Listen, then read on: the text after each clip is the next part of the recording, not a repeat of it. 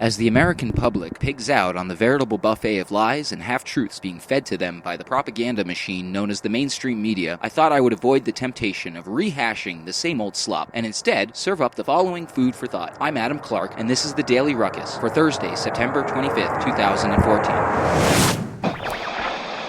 FoodSafetyNews.com might not have any reports concerning the possibility of dangerous levels of radiation that have contaminated the world's food supply ever since the disaster at Fukushima more than 3 years ago. However, they are reporting that a new study shows flame retardants in baby food are well below unsafe levels. The levels of flame retardant chemicals in baby food from the United States and China are well below levels considered unsafe, according to a new study conducted by researchers at the Indiana University School of Public and Environmental Affairs. In fact, the levels of flame retardants in baby food are lower than those in other foods such as meats, dairy products, and even human breast milk. The first of its kind study also found that flame retardant levels were comparable between baby food in the US and China, a country that has been riddled with food safety scandals in recent years, including a 2008 incident involving milk and infant formula adulterated with melamine, which resulted in 54,000 illnesses in infants and 13 deaths. Flame retardants are persistent chemicals found in electronics, plastics, and textiles that keep the materials from easily catching fire. The compounds, including polybrominated diphenyl ethers, PBDEs, have gained heightened media attention in recent years for their presence in the foam cushions of couches, chairs, and mattresses. Essentially, they're everywhere. Small concentrations have even been found in polar bears in the Arctic, according to Dr. Ronald Heitz, co-author of the study. Along with passing through to humans who sit on these materials or use products containing flame retardants, the chemicals accumulate in food. In turn, we absorb whatever chemicals are found in the food we eat. Just this week, U.S. Senator Charles Schumer announced he would be proposing legislation to ban 10 flame retardant chemicals in upholstered furniture and children's products, citing evidence that high levels of exposure have been linked to developmental delays and cancer. But scientists still have a limited understanding of what levels pose a threat to children or adults, Heitz said. Quote, "Nobody really knows what a dangerous level is. No one knows how to do the toxicology on these things." End quote. What is known is that the levels of flame retardants in baby food are well below any levels at which adverse effects can be observed. FoodSafetyNews.com. While your mind is still trying to digest the conflicting messages coming from that last story, let's see how your stomach handles news coming from The Independent that asks, what does human meat taste like? 2 London chefs are this week trying to come up with a burger that tastes like human flesh. It's a macabre thought, but one carnivores can't help but idly wonder from time to time when eating the wide array of animals that we do. What with cannibalism being illegal and all, we only really have the unreliable testimonies of murderers and long-dead explorers to go on. Here are some notable human eaters tasting notes. Alexander Pierce, an Irish convict notorious for cannibalizing his fellow prison escapees, says, quote, "Man's flesh is delicious. It tastes far better than fish or pork," end quote. Convicted murderer Izzy Sagawa, on taking a bite out of his victim, said, quote, "It melted in my mouth like raw tuna in a sushi restaurant," end quote. William Seabrook was an explorer who ate a human rump steak on a trip to West Africa. Quote, "It was like good fully developed veal. Not young, but not yet beef. It was very definitely like that," end quote. There we have it. Apparently, somewhere between veal and pork steaks. Unless you'd rather take the word of an NBC food testing robot, which when a reporter placed his hand against its taste sensor, deemed him to be quote-unquote prosciutto. I do sincerely apologize to anyone who may have been eating while listening to that. I really didn't mean to make any of you want to toss your cookies. Speaking of cookies, vagina-shaped cookies, that is. This is a story about a woman who wanted her second grader to know that vagina comes in all shapes, colors, and sizes. It's also the story of really questionable parenting. A mother with an interesting take on empowering female children, pseudonymed Autumn, signed up to bring in baked goods to her child's class. But when Autumn arrived, tray in hand, every single cookie was shaped like a vagina. The teacher noted that every kind of vagina was represented. They were frosted accordingly. When the teacher told Autumn that the cookies were inappropriate, the mother began yelling about the importance of young children learning about sexuality. Autumn left the cookies and stormed out. But later that night, the teacher got an email rant that will go down in history as one of the most anti-feminist pieces ever written. You have to hear it to believe it, especially the part where Autumn wishes domestic violence on the teacher. "Miss So-and-so, I would just like to take the time and express my feeling of today's incident. I thought you were a very well-educated woman due to your accomplishments and your well-known teaching methods. You have completely changed my mind. You are one of the most closed-minded women I know. You settled for less when you became a teacher because that is known for a woman's job. Why are you teaching? Because you're a woman? Why are you denying important education to our future leaders of the world? I must say that knowing the human body both for men and women is a beautiful thing, and you are depriving them for that. We as women should stand together together and inform people about the vagina and how to please it. I will no longer be participating on Fridays due to the lack of disrespect that I was shown today. We should celebrate the vagina, not be embarrassed by it. So I, so-and-so, will be taking or trying to take my child out of your class due to your cliche role in life in being a teacher and not wanting to empower women. I hope you end up with an abusive husband that beats on you every night. Ruckus says, hey crazy lady, would you like some advice? If you're gonna send an impassioned and empowering email message to a teacher, you might want to check your grammar first.